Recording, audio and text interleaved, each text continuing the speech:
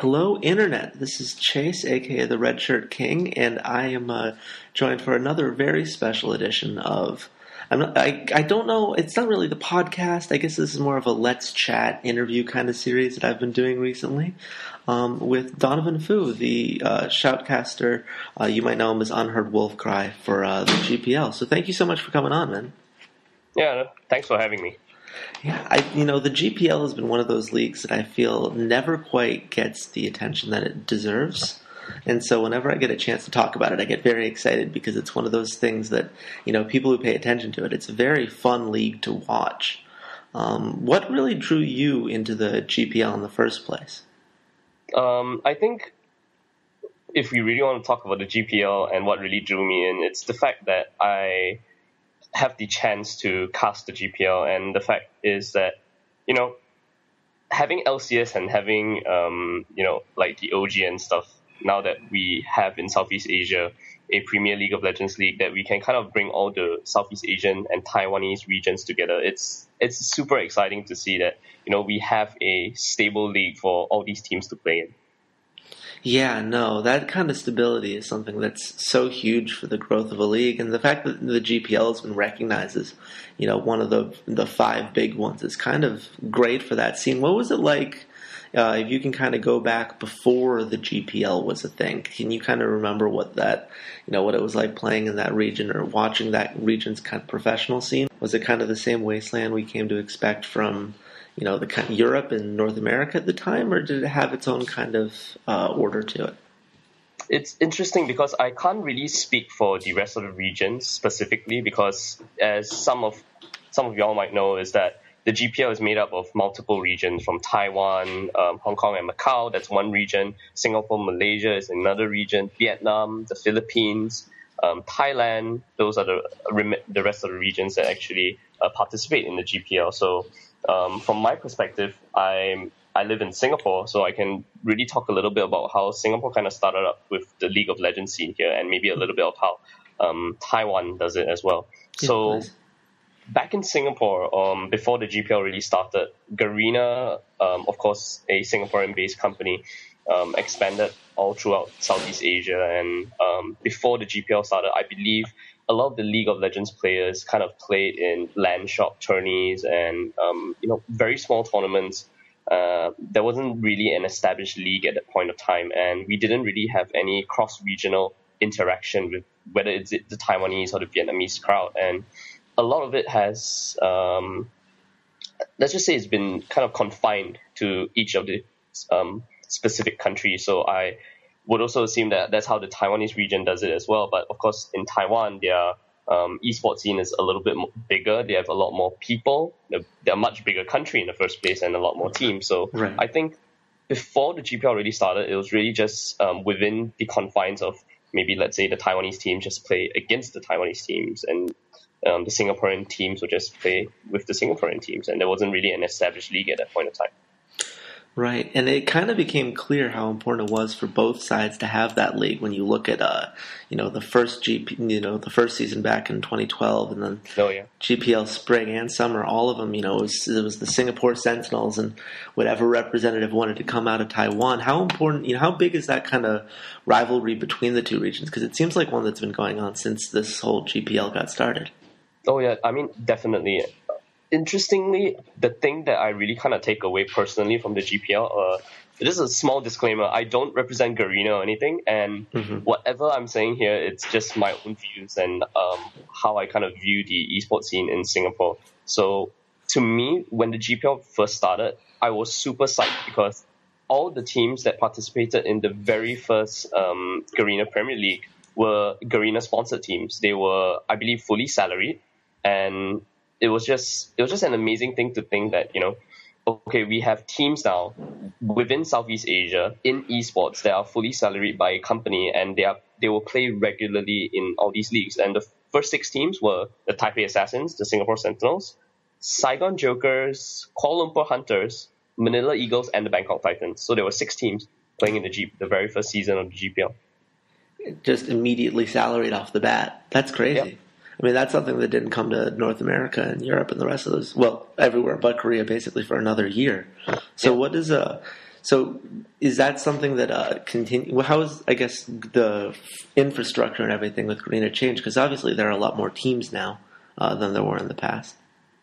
I think the biggest part of it, other than the fact that, like I said, salaried teams, regular leagues, is that the very first Garena Premier League was, I think, it was nothing like we have it now. $200,000 US prize pool.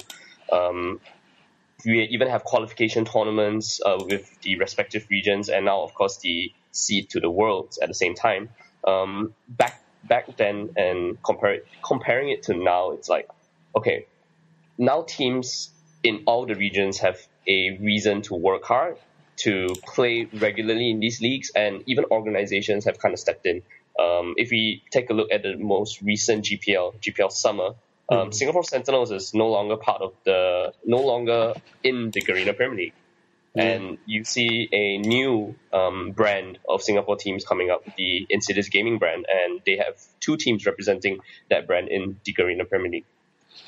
Yeah, I was going to say we'll get to this definitely in a bit. This summer league has been kind of the most interesting for me to watch, mostly because it seems like there are a lot of different teams that have kind of risen through the ranks, and it's very exciting to see how each of these teams are handling it. I think the fact that we don't have the Taipei Snipers is kind of crazy, given that they were second place 2 of the last 3 times that they've done this. One of the things that people point out about the GPL a lot is that because teams are getting in from all these different qualifiers from all these different regions, there's a lot more turnover than there is in any of the other professional leagues. How do you think that affects the scene as a whole? Do you think it kind of revitalizes it and constantly is bringing in this new energy, new talent, or is it something that makes it volatile and kind of hurts it in the long run? I think right now the Garena Premier League, like you said, it's unlike any other league, whether is it OGN or LCS, and the way we do things, I think it's not the best method at the moment, but from what I know, Garena is currently trying to refine the qualifications, trying to refine the GPL itself. Because if we actually look back, I think in GPL Winter and GPL Spring, the Taiwanese side, they still had their LNL. In Singapore and Malaysia, we still had our TLC. And I'm just going to take these 2 regions as comparison. The Taiwanese teams that were participating in the GPL still had to participate in the LNL. So basically, these teams were playing in 2 leagues at the same time. Whereas LNL being the amateur, so-called quote-unquote amateur or challenger scene, and the TLC also being Singapore and Malaysia's challenger scene. So to me personally, that kind of hurt the teams because they not only had to take time off from practicing to play in these amateur leagues, but at the same time, they had to fight for their rankings within these challenger scenes as well. So if I was to take into contrast with the LCS, it's if you imagine the 8 LCS teams having to go through the Challenger Series again to requalify into the LCS. And that was how I viewed it, at least. Is that every split, or is that just before this summer one? That was actually for, I believe, spring and winter for this 2014 season. That actually it kind of bummed me out to see that, for example, like I said, the Taipei Snipers had to play in this league. We didn't really have a relegation tournament system in place at that time. Right. So you said there are some changes being made. Can you say anything about those changes at this time, or is it still all kind of up in the air? A lot of these changes are still up in the air, but I believe, at least for now, for example, I can take the most recent, the Legend Circuit. We are having the Legend Circuit qualifiers, not really qualifiers. The qualifiers are over, and the teams that are seeded into the GPL did not need to play in the qualifiers. So that's a small change that has happened. So I think Garena, at least from what I've heard, is that they're looking towards the 2015 season to implement some of the new changes to the GPL and maybe even some possibly, I wouldn't say proper, but maybe a new system in terms of how teams are relegated and how teams are promoted.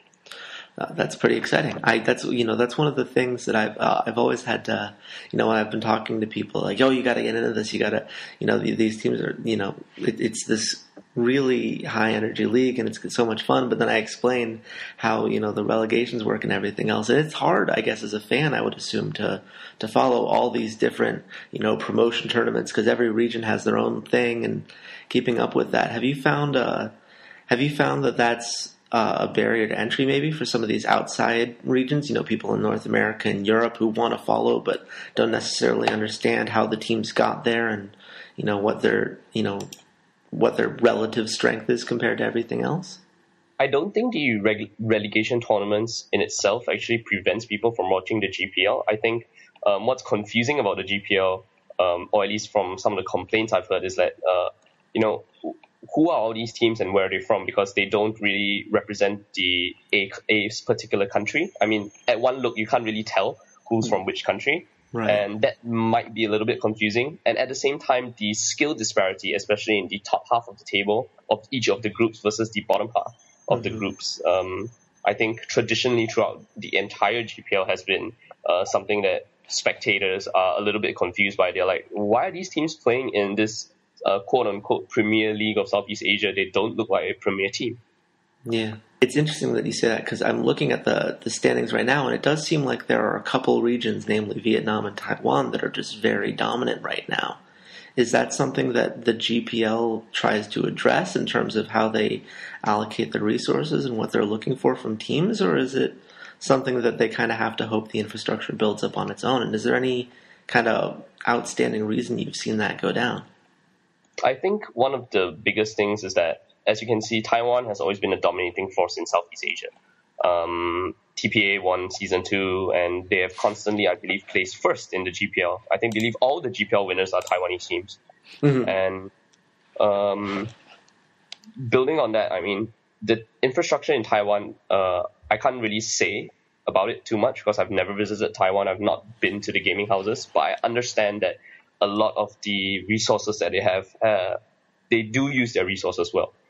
And if we move on to Vietnam, there's been a steady rise in the quality of the Vietnamese teams ever since GPL winter this season.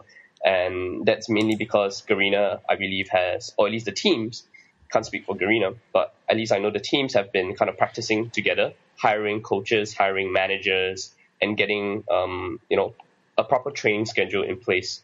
Their players being completely full-time, they are allowed to play this game and treat this game seriously, treat it as a profession.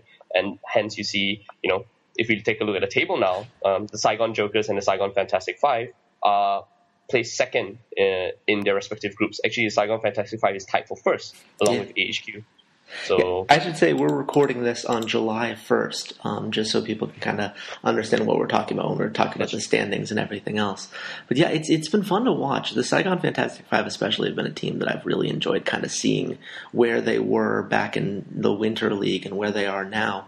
I for people that maybe aren't necessarily watching all of the games yet, what are the big, other than, just the fact that this is an important region within League of Legends, are there any big changes you think within the way that they play the game, or the way that, kind of the way that the macro and micro strategies are kind of different compared to other regions that you think really helps the GPL stand out? It's interesting that you asked that because I think right now every region is going through a meta shift. We can't really pinpoint. Back then, it was always EU stall to the late game, play to 6 item builds. I mean, back in Season 3, that was characteristic of an EU team. And for North America, it's like, let's fight in the early game. Let's just try to get objectives and win as soon as possible. Get our AD carries fit. And then China is the roaming gang squad, and then Korea is a whole meta of their own. They just keep changing over and over again. So I can't really speak for the meta game shifts right now, especially since Season 4 or the 2014 season has brought a whole bunch of changes. But I can say that the top teams in the GPL are really they're really trying their best to adapt. And I think a lot of people like to watch the GPL because we have some really crazy picks that you don't see in any of the other regions. What's the craziest pick that you've seen so far this split, for instance? For this split, I think the fact that we decided to bring back our Gragas pick once again into whichever role we decide to put Gragas into for whatever reason. I mean, the Vietnamese teams and the Taiwanese teams love Gragas so much, and I remember in the previous split we saw Gragas jungle. We saw Gragas practically in every role, I believe, outside of the marksman role, of course. Yeah, well, Gragas marksman, that's just the next big thing. Who knows what team will innovate to that next? I can't forget Singapore Sentinels bring out Timo in the previous GPL split as well. So that was something that I can never forget. Yeah, I would say it's always fun to see a Timo on the Rift, but I'm pretty sure everyone listening to this podcast would just come through the computer and punch me in the face. So, it's always funny to see kind of how this meta shifts. It's one of those things where I think the GPL in the past has kind of gotten a name for itself for having those, that high aggressive play. Coming back from, in Season 2 Worlds when you had the Saigon Jokers kind of coming out of nowhere when Europe had all these games that were, 60 minutes long, 50 minutes long. And then the Saigon Jokers, I think, won their first game at that Season 2 Worlds in like 15 minutes. And I remember that was when I first noticed this region. I was like, wow, I need to start watching these guys. Do you think that characteristic is something that's still there, or do you think that, with the growing globalization of the game, with more leagues like OGN and the LCS being more and more readily available for teams to watch and scout film, that it's kind of gotten a little bit more homogenized across the regions? It's interesting because, yes, in a way, teams can kind of prepare for the different play styles of the regions. But especially for the GPL, if you actually watch through the promotion tournaments and you watch how the teams kind of play in the GPL, you can really spot out the trends within the different regions. Philippines, for example, really likes to play very poke-centric compositions in their promotion tournaments, and they kind of come into the GPL playing a totally different style. So I don't know whether it's a certain meta that kind of works within the region or not, and they teams are a little bit reluctant to bring it into the GPL world stage or GPL regional stage because they are quite kind of afraid it doesn't work. And the thing that I'm trying to kind of find here is that I always see that there are regional differences between the teams. Like if you watch a Vietnamese team play a Taiwanese team, or a Singaporean team play a team from the Philippines, you can really kind of watch and spot out the differences between each of the regions. But overall, I feel that the Southeast Asian Taiwanese region kind of plays. They used to play very aggressive, and now I think they're starting to shift the metagame a little bit, or at least the Southeast Asian metagame, into a more controlled, more team fight centered, or more pick oriented kind of team, depending on what teams they're looking at and what how the pick and ban phase went. Yeah, that was one of the things I really noticed. It really stood out to me in the spring playoffs, right? Because up until then, we'd seen a lot of games where it seemed like whatever team made the mistake first was the other team would just take advantage and kind of steamroll from there. We've seen a lot of kind of quicker games, and then we got to that finals. I remember I wrote an article back for my old blog that no one has ever really read about how guys, you got to watch this. It's going to be this quick, fast-paced everything, and then the finals were like 4 50-minute games. Yeah, it was these long, drawn-out team fights. Yeah. It was. It's been crazy to watch. Now the Assassins are on top here. I guess it's kind of hard to talk about the GPL without talking about this team, given how long they've been a dominant force. They were the first ones to win the World Championship for Garena, obviously back in 2012. Yes. Is that has that team are they still kind of like the beacon for what people look towards as far as how to build a roster in that kind of region and, kind of the model organization, or has that shifted as well over the last couple of years as, Toys and other, great players on that team have kind of had to leave the game for various reasons? Yeah, I mean, it's interesting that you say that because if we remember the Season 2 World Championship squad, it was made up of Toys, BB, Mistake, Stanley, and Lil Balls. And that was the main 5 members, the championship team. And out of those 5 members, only 1 member is still left on the roster, which is BB, the marksman. And if we take a look at, their how many GPLs they won, I think they won every single GPL except for was it Win? Sure, no, GPL summer. Yeah, it was that summer, and then it was the GPL championship, and then to everyone's shock, they didn't make it out of the Vietnam qualifier. We got the Gamania Bears instead, which is still one of the craziest sequence of events that I've ever seen. So TPA didn't make it out of their own regional qualifiers. The sister team represented instead, and then the favorites, the sister team, the Taipei Snipers, lost to the Gamania Bears, and then we had, we basically had two unknowns going into the Season 3 World Championship. Singapore Sentinels also lost to Mineski, failing to qualify for the Season 3 World Championships as well. So that was just topsy-turvy for the region all around. And I think that kind of pushed us back a little bit, especially in terms of spectators, because they were like, who are these two teams? And they didn't really come into the Season 3 World Championships strong at all. Yeah, no, I was going to say the Season 3 Worlds is kind of what a lot of people who don't necessarily watch the scene point to as the tipping point, because you had Mineski going 0-8. The Gamania Bears, I mean, they were paired up against SKT. I don't know what people expected them to do at that point. I mean, that was a team of destiny right there. But as far as what you've seen in terms of the quality, where people kind of place the GPL in terms of their relative strength compared to the other power regions, how much has that tournament really changed that outsider opinion?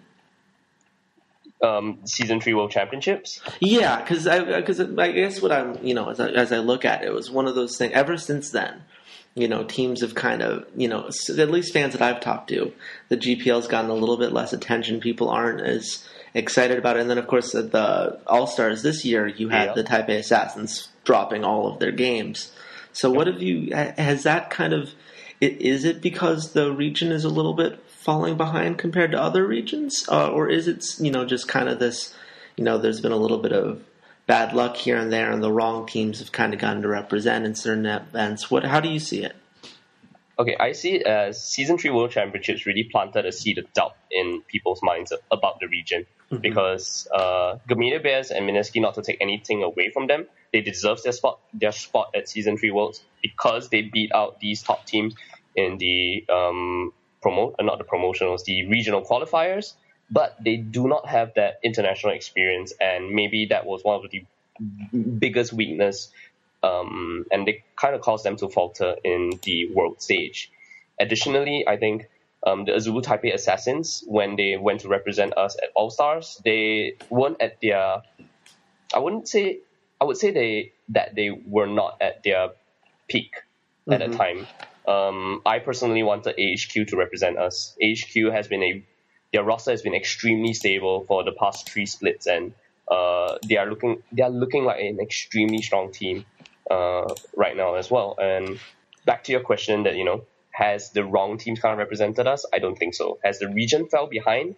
That's arguably questionable because we really haven't seen all too much continental region versus region matches outside of All Stars and outside of maybe IEM and stuff like that. So we have to really see at Worlds. But I think that the current teams that are in their top form right now, Azubu Taipei Assassins, the Saigon Fantastic Five, AHQ, and special mention to, of course, Saigon Jokers and AHQ Fighters.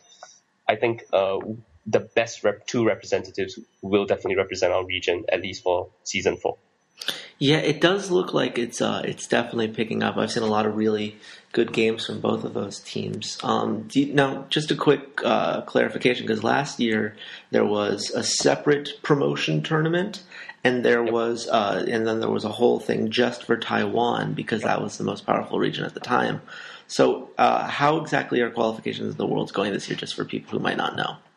Okay, just to recap, for the Season 3 World Championships, Taiwan had their own qualifiers, and then the rest of the Southeast Asian regions had their own qualifiers. So one team represented Taiwan, and another team represented the rest of Southeast Asia.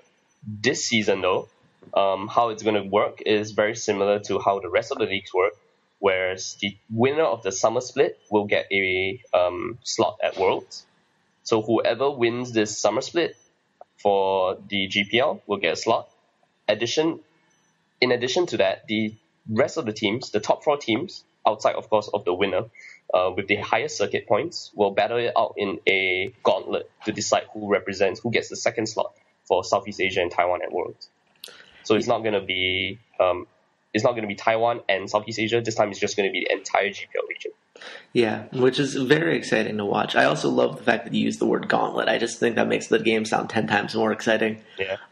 It's definitely going to be a battle between these teams, and I definitely, at least right now, I feel like there are 5 that are really going to challenge for those 2 spots, and I'm looking forward to seeing how it all breaks down. Yeah, the funny thing is that a lot of people don't realize that the Azulu Taipei Snipers will most likely be one of the teams that are participating in the gauntlet as well. That is true. Just because of the amount of circuit points they have. But it'll be interesting to see how they do because now that Wins has moved up to the main roster, have you heard anything from the Snipers? Kind of how they plan to replace him and work a kind of new style into their game, or are they kind of being quiet right now?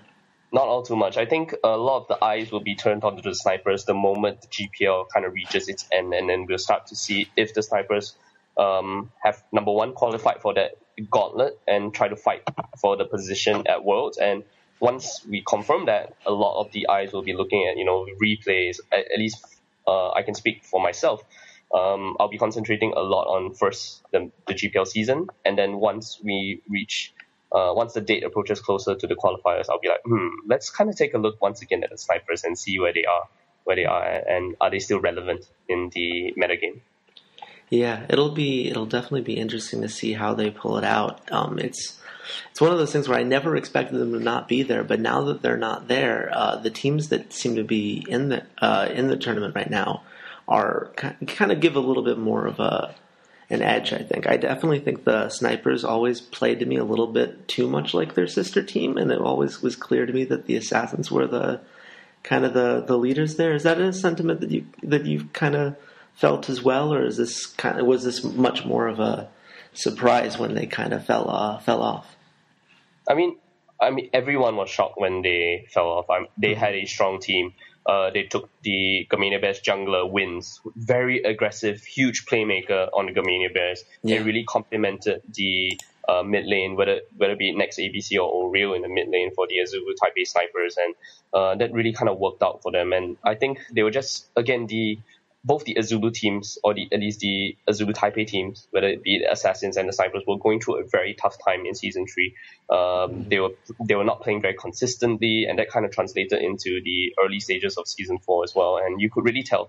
And especially now, I believe in the summer split, with the addition of Chawy from the Singapore Sentinels, formerly from the Singapore Sentinels, one of the few Singaporean players that actually made a splash on the international scene with his Varus play, with his mid lane Karma play back in Season 2 and Season 3. And him being on the roster of the Azulu Taipei Assassins, being the substitute mid laner, really kind of helps pressure the team, especially pressure Morning, who's in the mid lane, where you have someone who's, okay, at any time, if Morning does not perform, you know that someone else is really mechanically strong and ready to take his position. So that really kind of helps the team to kind of focus and say, okay, guys, we not only have to compete with the rest of the region, but amongst ourselves, we really need to start pushing each other. That's one of those strategies I always find interesting when teams do it, because it can work one of two ways, right? It can either be that great motivating force that pushes them to get to the next level and make all the, just be the best that they can be because they know their job is on the line. But it can also be a source of stress and anxiety, as you kind of always feel like someone's looking over your back waiting for you to screw up so that next player can come in. But I think I've definitely been really impressed by Morning so far and how he's reacted to that, and I love Chawy as well. I think he's been one of the key Singapore talents for a while, so it's just been fun watching that develop. Now, speaking of development, I'm going to use my own segue here because I can't. You talked before about how you think it's hard to judge where the GPL is compared to some of the other regions because there hasn't been as much international play between the two.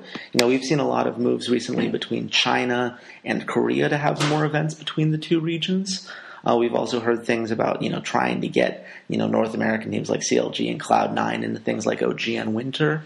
What do you think? What do you think is the key for the GPL to make itself more of a global presence than it currently is right now? I think number one, I believe I can't really speak for the Taiwanese teams, but I've heard that they scrim regularly with the Chinese and the Korean teams. That's one. And another way for us to kind of level up the region as a whole, or at least level up the east side of the world, whether it be Korea, China, and Southeast Asia / Taiwan, is that North America and Europe, they have the Battle of the Atlantic. I hope that one day we can have the Battle of Asia, where you have the top representatives of Korea, China, and Southeast Asia / Taiwan to kind of fight it out and at least have one of those international tournaments once again, where we really just kind of, not only it's a good esports event for spectators to watch and cheer for their own regions, but at the same time it really bolsters the bonds, as well as gives the team an excuse to fight each other on a stage, because when you scrim against a team versus when you play them on a professional level with something at stake, whether it be your pride or some cash prize at stake, that's a whole different ball game altogether. Yeah, you say that, and I just realized that would, that's too good of an idea to not happen. You can call it the Battle of the Pacific. It writes itself. I don't see why that hasn't happened yet. I would love to watch that tournament. I'd watch every single game of that tournament. You can send a couple teams from each one. I'm 100% in on your Battle of the Pacific idea. So, is there anything outside of international tournaments that you feel is necessary for this kind of region to, to keep going and keep, being what, important on this world stage? Is there anything, infrastructure-wise? We've seen a lot of pushes for coaches and analysts. Is that something that you feel like the region's doing well? Or are there other improvements that you can see kind of in those areas? I think the teams themselves have been taking the right steps forward. A lot of teams have been asking analysts. A lot of teams have been asking coaches. They're taking things a little bit more seriously. The full-time players really treat this as a profession, not a hobby. I think the attitudes as well as the steps taken by the different organizations have been helping. But of course, we don't live in a perfect world. I believe the GPL is the only professional league out of the 5 leagues that we have, at least the 5 so-called quote-unquote major leagues of League of Legends, that we have not played in the same location.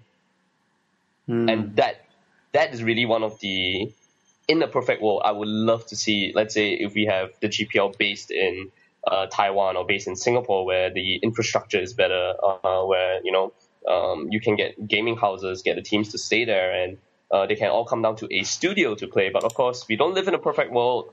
The Taiwanese teams play from Taiwan, the Vietnamese teams play from Vietnam, and so on and so forth. So ping issues, server issues will definitely kind of plague the league. I don't want to use the word plague, but it's a problem that we have to overcome. It's an obstacle that these teams have to overcome, nevertheless.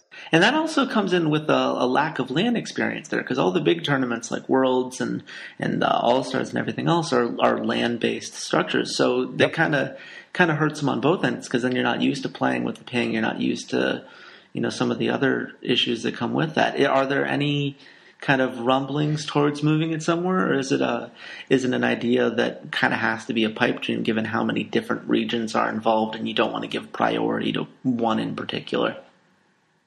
I think I have to kind of say that Garena has been making the right moves, because if you notice, every one of our finals, or at least the semi-final / final events, are held as a LAN tournament, whether it's in Singapore, whether it's in Thailand, whether it's in Taiwan, or whether it's in Vietnam. The spring finals was held in Vietnam, huge event. The teams were flown down, and that's the stage experience right there. But back to your question, whether is it a pipe dream? I can't really speak for myself. I can't really speak for Garena. I don't know what their plans are. I personally hope that one day it could happen, and that would really level up the scene. We saw what LCS did to North America and Europe, and we definitely can kind of attest to what OGN is doing and the Korean formula of esports. Yeah, no, definitely. It would be pretty awesome to watch. But I do agree. I think Garena's made a few really smart moves over the last couple splits, and it'll be interesting to see where they take it from here. One more note just on the current teams and everything else. Is there any team in particular, maybe kind of under the radar, that you've really enjoyed watching this split so far? The team that I currently enjoy watching is War Gods, because they've been pulling off so many upsets and playing such... Wow, I mean, I just didn't expect them to perform at all, especially since they started off the split, I think 0-2, losing to Saigon Fantastic 5 and AHQ. So they're really stepping up their game. The Bangkok Titans as well look like a totally different team from all the previous splits. Bangkok Titans, we always kind of joke amongst ourselves, are they going to win their very first game of the GPL? And look at where they are now. Yeah, midway through the group stages, they're 2-4. Yeah, that's not a good score, but that's a huge step forward. Yes. Hey, win 2 more games every split, and suddenly they'll be at the top within a couple of years. You never know. It's been fun to just watch this region and kind of how it's changed and everything else.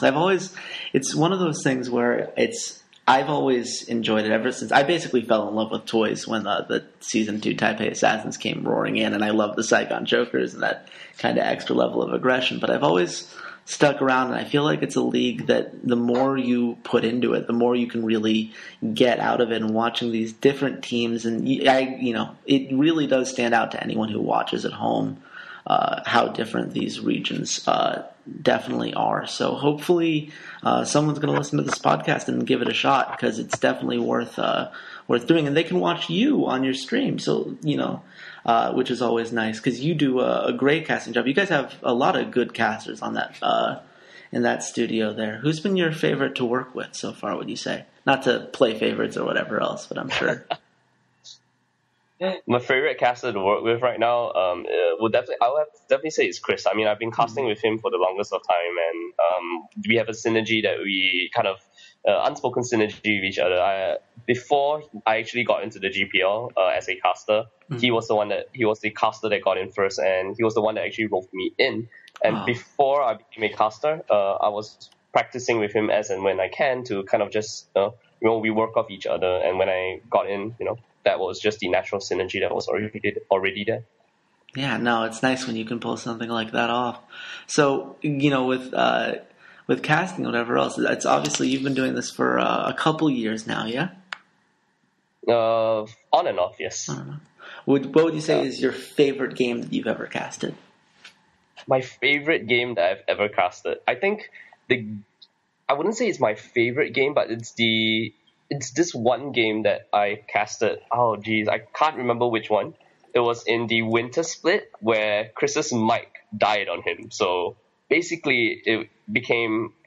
I entered the GPL... Okay, backstory. I entered the GPL as a color caster mainly. Mm-hmm. And I didn't really know how to play-by-play. So the more veteran casters, whether it be Fish or back in the winter split, there was Elliot as well as Jehudi. They mainly handled a lot of the play-by-play stuff, so I injected a little bit of color. And when Chris's mic died, I was forced to do play-by-play casting. Mm-hmm. And it was because of that incident that I realized that, hey, I have a knack for play-by-play. Let's try to build on it. And that was my favorite game to cast, because it really showed that, okay, I can do a lot more as a caster, whether it be on the color side of casting or whether is it the play-by-play side of casting. That's awesome. I love stories like that. It's one of those things where you never know what you can do until you're actually forced to do it. Now, are you are you exclusively with GPL as far as your casting is concerned, or do you have any other kind of events? Is it something like, I'd like to see at least one of the casters from the GPL go to Worlds and everything else. At the end of the day, I just feel like it should have a little bit of everything. What are your kind of aspirations as far as that part of your career goes? I think right now I really want to... I've been a huge fan of eSports ever since I was like a kid, and WCG 2005 was hosted in Singapore, and then we had the Asian Cyber Games 2006 in Singapore, and that really changed my life and changed my view on esports. I love to watch Counter-Strike, Call of Duty, some of the fighting games as well, Street Fighter and stuff like that. And having this opportunity to cast League of Legends, and League of Legends really rekindled that passion in me, especially for esports, since Riot really stepped it up. And when I first watched one of the Riot streams, I Am Kiev, that I still remember till this day, that I was like, holy, my goodness, this esports hasn't really died out just yet, and it's grown to such a huge market now, especially with LCS and World Championships Season 3 being held at the Staples Center. That was just mind-blowing, and being part of this entire movement of esports with Riot Games and League of Legends is really something that I want to continue. I really want to push the esports boundary, especially for Southeast Asia and for Singapore in particular, because I feel that our Singaporean players, we always have this problem with obstacle to cross, because all of us, when we turn 18 or 19, once we're done with our education, pre-tertiary education, before we get into university or college, we have to serve a mandatory national service. So imagine an esports player he's at his peak, and he's most passionate about esports, and then he has to drop whatever he's doing and serve the country. I mean, I'm not saying that serving the country is a bad thing. I love serving my country, but it really puts a stop in the progression of our professional players. And I hope that one day, we can work around this somehow. And you kind of said it as well when you talked about the GPL as a region, that yes, we have some ping issues, and when it comes to region versus region, there might be some latency involved, and we don't have the stages experience that LCS might give, that OGN might give. But I hope that one day, and people do realize that if we actually change the way the GPL is done, and if we have all the teams come together in the studio, our region, this region at least, has the most potential to just suddenly sprout and just like fly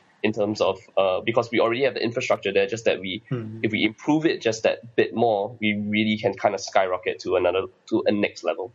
Oh, definitely, especially because you have so many different regions that each kind of bring in their own metas. We've kind of seen that it's something that's benefited Europe greatly to kind of have players from different countries that have each kind of developed their own little metas within themselves that, teams just seem to bounce off of that really well. But going back to what you were saying about the national service, because that's something of which I was just not aware, is I'm assuming that combined with Riot's ruling on, having to be at least 17 to play professional sports kind of really just shook the Garena Foundation. Is that, if you could you speak on that for a little bit, kind of how that combination of things has really changed the way that the scene kind of plays itself out nowadays? Yeah, so this is only applicable to the Singaporean teams. Right. So if we take a look at Singapore Sentinels, who was once relevant in the GPL, they had on their roster, I believe it was Hallelujah, Darkness, Tofu Boy, LY4, and Equivocal. I believe that was the roster that we had. And then, of course, we had Chawy later on. And a lot of them, like, for example, Tofu had to leave the team because of national service. A few other players had to do it as well. And now that Tofu is almost done with national service, he's once again back in the scene under another team, of course. Rebirth now. We might see him play this week in GPL. Oh, that would be exciting. Yeah, so there's that. And with, kind of talking about, how the regulations kind of work. So you're 17 if you get into the scene, let's say you get poached by a team.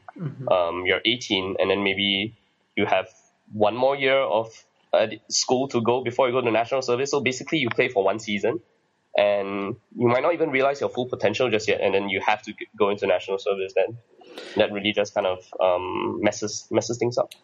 Yeah, and the momentum, I would imagine, has got to be, very difficult to get back as well. Because, to be at the top of your game, you have to spend so many hours practicing and refining and keeping up with the meta changes. And if you have to, go serve the country and whatever else, I'm assuming that you don't have as much time to necessarily keep up with all the patch notes and everything else. So it's It's got to be. It's a very interesting balancing act, I guess, that you'd have to do there. Now, is there? You said it's something that you want to work on in the future. Do you have any plans for working on that kind of thing? I think right now I'm done with my national service. Mm-hmm. That's why I'm a part-time caster, full-time student, studying, and like I said, I'm very passionate about the esports scene in Singapore, and I really want to. And it's really a dream if when Worlds they announce that it's the group stages are coming to Singapore and Taiwan. I'm like, oh my goodness. Yeah, I was gonna say I'd love to get your thoughts on that because Korea was we've seen a lot on the subreddit or whatever else about how much of an uproar Korea is in, but for someone in Singapore, I mean this has got to be huge. I can tell you this: when season 3 Worlds ended at the Staples Center, I was watching it with all the casters. Okay, all is a stretch, but a lot of the casters in the team, in the casting team, and we were like, oh my goodness. And then I think it was in September, late in the year 2013, Riot announced that the next host for Worlds is going to be in Korea. And then we all turned to each other, we all messaged each other and said, 2014 Korea, let's do it. We were all ready to pack up, like not once the dates were announced, okay, guys, let's book our tickets, book our hotels, let's all go to Korea, drop whatever we are doing, try to get, leave from work, leave from school, and let's just all go to Korea and experience it. Since it's a 9-hour flight away, time difference of only an hour, I mean, it's perfect for us. And when Riot Games announced that, okay, here's the final for the World Championships, the final venue, but at the same time, here's a little tidbit.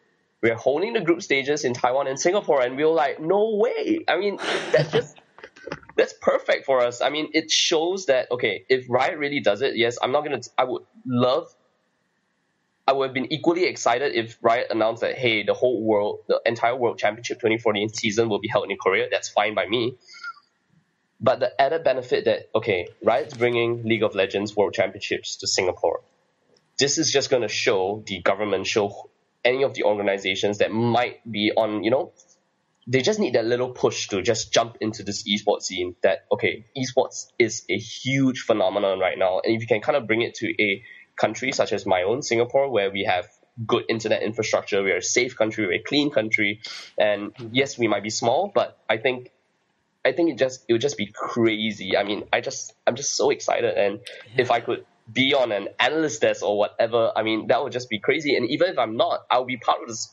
I mean, the reason why I like esports is because I love esports as a spectator. And the spectator experience is something that I always like to push for, whether I'm writing articles, whether I'm casting, or whether I'm just watching the games with everyone. And I love to rally the crowd and just love to be excited and talk to other fans as well. So, I'm going on a passionate rant here, but no, I love it. It's really awesome to see because it's the other side of it that I don't think a lot of people have really talked about. Because especially like you said, for a region like Singapore, that kind of attention and that kind of energy is something that's so necessary for this scene.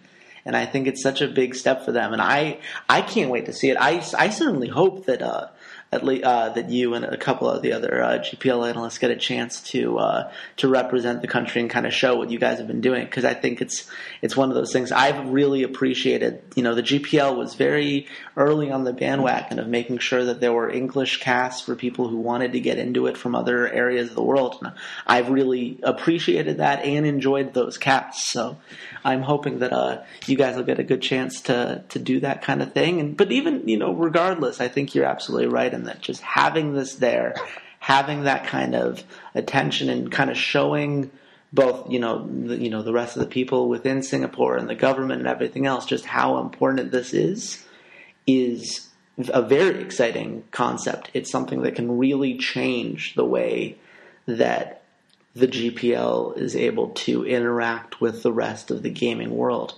And how excited the entire team is, because when Riot comes down, or even when IEM came down for the IEM Singapore, we were like, okay, let's take a look at how production is done. Let's try to level up our production value, because all of us almost all of us are part-time casters, and actually I can just say right now, all of us except Fish is a part-time caster, and we all work together as a small team. Our production team's not very big, and we always kind of bounce ideas back and forth with one another and says that, okay, with the limited resources that we have, we don't have a studio, we don't have cameramen and all that stuff that LCS has, that OGN has, and even the LPL has.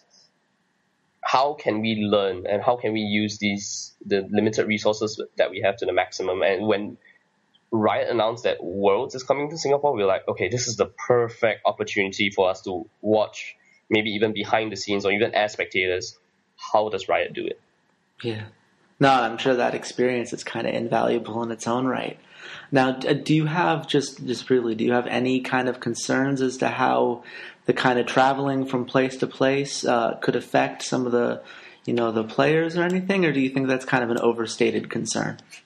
That's something that I haven't really put much thought into, but Singapore, Taiwan, and Korea, assuming that these are the only 3 places that the Worlds will kind of have their road trip on, I don't think traveling will be a much of a concern at all. I mean, visas maybe, but because athletes will have to then apply visas for each of the respective countries, that might be an obstacle. But traveling, lodging, and maybe even we talk about player safety wise and for the fans, I don't think that would be a huge problem at all. Outside of the fact, of course, I mean, we have to spend a little bit more money because we have to buy the tickets. But if you think about it, if you're the most hardcore fans and you were there for season 3 Worlds from group stage all the way to the grand finals, you were willing to pay for your lodging, willing to pay for the air flight there. And if you're in the same way for season 4 or the 2014 season, the World Championships, if you're the most hardcore fan, I don't think you'll be complaining. The reason why is because, number one, right now you'll be thinking about it. Okay, I have to save enough money for Singapore, Taiwan, and Korea. These 3 places I'm going to go. You're going to be so excited about it because you're going to see 3 different countries just on this road trip. And I mean, what's there to complain? Honestly. No, that's very fair. It's one of those things where, I've got the travel bug myself, as anyone who's been reading my articles knows. So as far as I'm concerned, it works out very well. I'm going to be very interested to see how that plays out and how the GPL plays out as it continues to go on. Is there anything you want to plug or kind of mention before we go? Yeah, so I kind of talked about it a little bit earlier about my passion for the esports scene in Singapore. So right now, and a bunch of my friends, the casters mainly, and some of my friends, we're working on this little project that we have to try to represent a news outlet or esports news outlet in the Singapore region, or at least mainly focusing on Singapore and Southeast Asia. So that's what we're working on right now. It's not entirely complete, but we have a few articles up already in terms of covering the GPL as well as the TLC. So you guys can go visit and search on Google SG Loudmouths, and that's a little endeavor that I'm kind of working on as I kind of do my part-time, my casting for League of Legends, as well as juggling my responsibilities as a full-time student. Which I'm sure that's quite a fun balancing act. But hey, you just finished your exams, right? So hopefully you get a little bit of a break? A little bit more time. I have a 1-week break before the rest of my classes start again. So. Oh, okay. Never mind. But at least I have a slight breather, and I'm able to kind of dedicate a little bit more time into League of Legends and esports. Yeah, well, fair enough. Well, thank you so much for your time. I really appreciate you taking the time to talk to us here. Do you, I know you just said that's sgloudmouths.com, correct, for your articles? Right now it's hosted on a Tumblr, but I'm going to change it soon. Okay. Yeah, so it's sgloudmouths.tumblr.com. You can just find us on Twitter, on Facebook. At the same time, I might as well plug the rest of the casters as well. You can follow myself at UnheardWolfCry on Twitter, and the rest of the casters, you can follow them on Twitter as well. JStorm is at the Jupiter Storm, Chrisman is at the Chrisman LL, and then you have Fish, who you can find at Maxi on Twitter as well, so can follow all of us there. Oh, and of course, Flavors, who is at Flavors Lee. Perfect. Thank you so much, man. And I guess best of luck with the rest of this casting season and with all your student endeavors and your new articles and everything else. And we will hopefully get a chance to talk to you again later. Bye, Internet.